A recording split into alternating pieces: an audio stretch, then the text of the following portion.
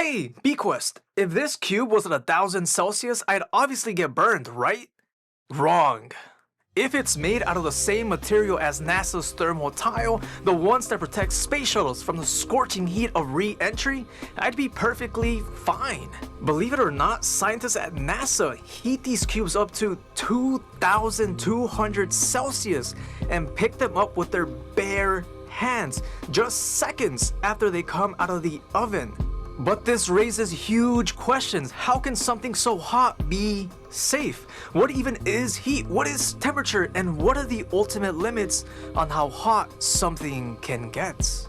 Contrary to popular belief, humans can't feel temperature. We only feel heat, the transfer of thermal energy between objects. Temperature is simply how fast the molecules in an object are moving.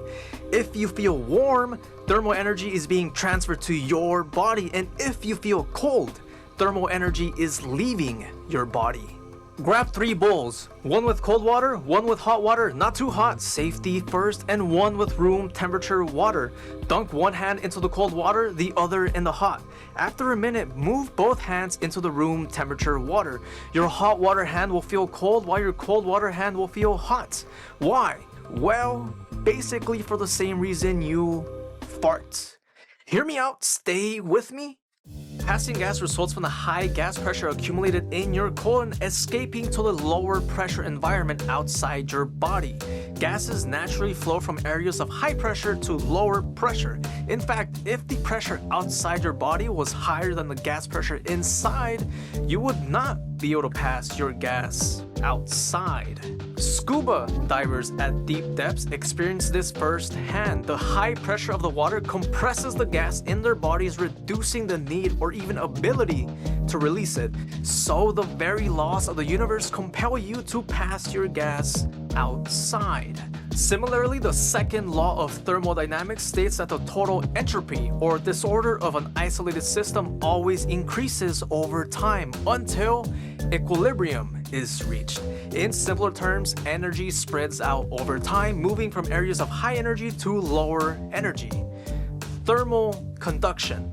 The transfer of heat through direct physical contact follows the second law of thermodynamics. Going back to our water experiment, your hot water hand, the higher energy hand, is transferring energy to the lower energy room temperature water, while on the other hand, the room temperature water is transferring energy to your lower energy cold hand.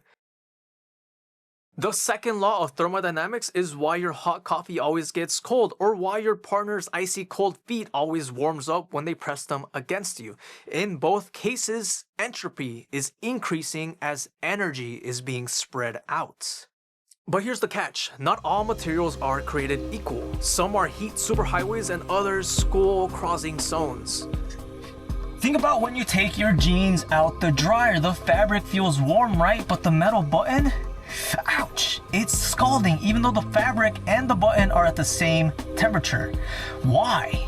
Thermal conductivity is the ability of a material to transfer heat. NASA's thermal tile has an incredibly low thermal conductivity, which is one of the reasons why it's safe to touch right out of the oven. A zero thermal conductivity object is impossible. But what about an infinitely hot object? Could we keep adding energy to an object until it is infinitely hot? Just how hot can something get? Let's start with us. The human body temperature averages 37 Celsius, and at 43.3 Celsius, almost certainly death will occur.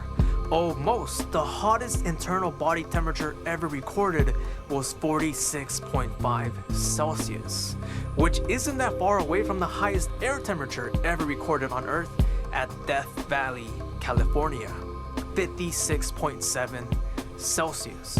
At 100 Celsius, water boils, which isn't a problem unless you're on the moon, which averages 120 Celsius, which is why astronaut spacesuits are insulated with low thermal conductivity materials, preventing the water in their suit cooling systems from boiling and causing them to become human pasta. Fun fact, in the first steps on the moon, Neil Armstrong only walked for 2 minutes and 15 seconds, partly due to how hot it was on the moon. Approximately 10 times hotter than the moon's surface is lava at 1200 Celsius. And you might not believe it, but a lighter is hotter than lava at 1900 Celsius. This temperature is reached on the part of the flame that is blue. Blue lightning reaches approximately 30,000 Celsius, which is over 5 times hotter than the surface of the sun. The core of the sun, however, is 15 million Celsius, and this heat reaches us despite being 93 million miles away through the vacuum of space, through one of the other manners of heat transfer, thermal radiation. The process of transferring thermal energy through electromagnetic waves, no direct contact needed, but direct contact is needed for you to subscribe, so hit that subscribe button. All objects above absolute zero emit thermal radiation, and as temperature increases, the radiation shifts towards shorter wavelengths or a higher frequency, meaning the distance between the two consecutive peaks shortens, and vice versa. Once an object heats up to the Draper point, 525 Celsius, it will begin to glow red. The wavelength has entered the visible portions of the electromagnetic spectrum, and as it gets hotter, the color will also change. This relationship between color and temperature is called black body radiation. And since all objects are above absolute zero, you radiate in the infrared portion of the electromagnetic spectrum, which is why infrared cameras are able to see people even through objects. So to see how hot you are, just grab an infrared camera. In space, radiation is the only way to transfer thermal energy between objects that are not touching. If the sun did not emit radiation, even if it was right next to the Earth, we would not feel its heat at all. Space is a vacuum, an imperfect one, sure, but there are so few molecules that nothing is available to transfer thermal energy to Earth. Thermal conduction is impossible, and so is thermal convection. The process of transferring heat through air or liquid currents, which obviously don't exist in space, but the impossible was made possible when thermonuclear bombs were created. The Tsar Bomba, the most powerful bomb ever detonated, 100 million Celsius. At 3,000 times more powerful than the atomic bomb dropped on Hiroshima, this bomb created a mushroom cloud 7 times higher than Mount Everest, a flash that could be seen 600 miles away, and shockwaves that circled the Earth 3 times. This was the most powerful explosion we have ever witnessed on Earth. But how about in space? Supernova, the violent death of a star, an explosion so intense, ejecting matter across the universe, giving birth to new cosmic structures. These are the most commonly known space explosions. The most extreme supernovae, typically resulting from stars with 30 times more mass than our sun, achieve an additional title: Hypernovae. These can produce up to 100 times more energy than your average supernova, the most powerful ever recorded being Assassin-15 LH. This explosion was 570 billion times brighter than our sun, 20 times brighter than the entire output combined of all 100 billion stars in the Milky Way galaxy. Hypernovae are thought to reach up to 100 billion Celsius right before the collapse. But even this pales in comparison to what humans have made. In 2012, scientists at CERN's Large Hadron Collider accelerated lead ions to 99% the speed of light and smashed them together, reaching 5.5 trillion Celsius. But don't worry, these temperatures are safe because they involve extremely small amounts of matter and only last for fractions of a second.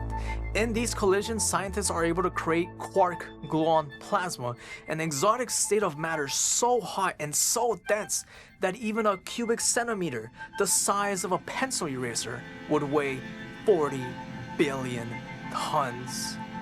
This plasma is where quark and gluons, the literal building blocks of physical reality, are free floating instead of being bound by their prison cells, protons and neutrons. Outside of these ion colliders, quark-gluon plasma is believed to have been caused only once, at the beginning of everything, the Big Bang. This is when the theoretically highest possible temperature was reached, Planck temperature, 1.41 times 10 to the power of 32 Celsius, or about 142 non-million Celsius. This is the counterpart to absolute zero. This is absolute hot. We can't theorize past this temperature for a couple of reasons, and it's mainly related to Planck length. 1.6 times 10 to the power of negative 35 meters. I'd give you a shorthand, but this length is so small that there isn't a shorthand. This is the smallest measurable distance, not possible distance, but measurable distance.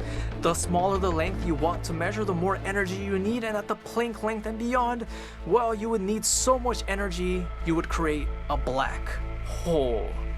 Marking this as the smallest meaningful distance, as black holes mark the limits of our current understanding of physics. So as an object heats up, its wavelength shrinks until it reaches the Planck length limit. This is Planck temperature. Here, energy becomes so dense that gravity, a force so weak it's actually ignored in quantum mechanics, a description of the universe at the atomic scale and beyond, becomes impossible to ignore. The immense gravitational pull collapses everything into a black hole, breaking the universe. We have no quantum model that accounts for gravity, so we cannot predict what happens beyond Planck temperature. A black hole formed purely by energy has a special name, a Kugelblitz. Paradoxically, adding more thermal energy to a Kugelblitz or any black hole actually makes it cooler. It's like the universe is using black holes as a way to stop us from going further, a cosmic reset button telling us to turn back, like a video game's boundary system.